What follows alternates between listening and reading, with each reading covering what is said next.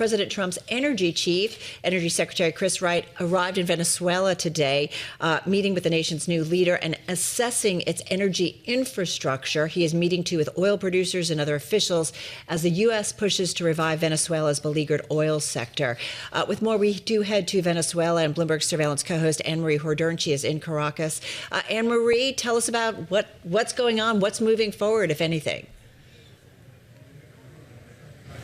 Well, just about 20 minutes ago, Secretary Chris Wright sat down with acting President Delcy Rodríguez. They're in a meeting now.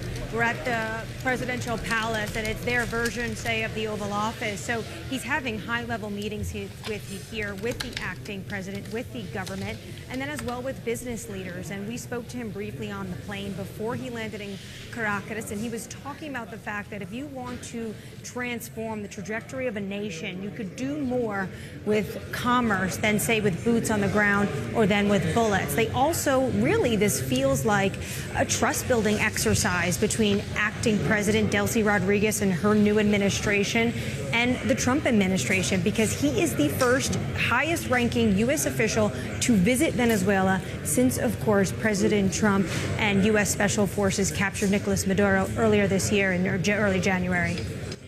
President Delcy Rodríguez receptive to this group? Is she receptive to American companies extracting oil from the country? I mean, absolutely. What we've seen so far is the Treasury Department and OFAC really lifting some of these licenses, making it easier for U.S. companies to come in. Venezuela certainly understands that they want to, as her brother put it recently in an interview, Jorge Rodriguez talked about reinstitutionalizing Venezuela and these institutions, and he was saying that needs to happen before there would be elections. So Venezuela needs that capital in flight. There obviously needs to be structural reforms put in place in this country so that U.S. companies could have the confidence to come back in. The Secretary, of course, will be also visiting some Chevron oil fields. Chevron has been operating in Venezuela for 100 years. They're not going anywhere, but they have a presence here, so they're easily able to expand. It's other companies. Are they able to come in? And so far what we hear is that some of the big ones, it might take time.